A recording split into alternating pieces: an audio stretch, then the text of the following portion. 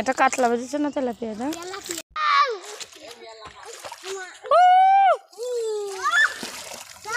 ফালতু কথা কও সবাই মিলে।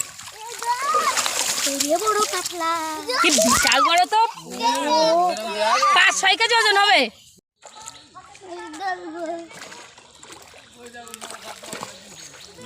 না এটা ছোট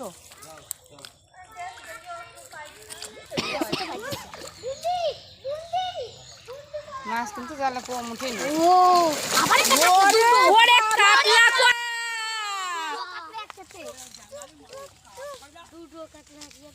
বাবা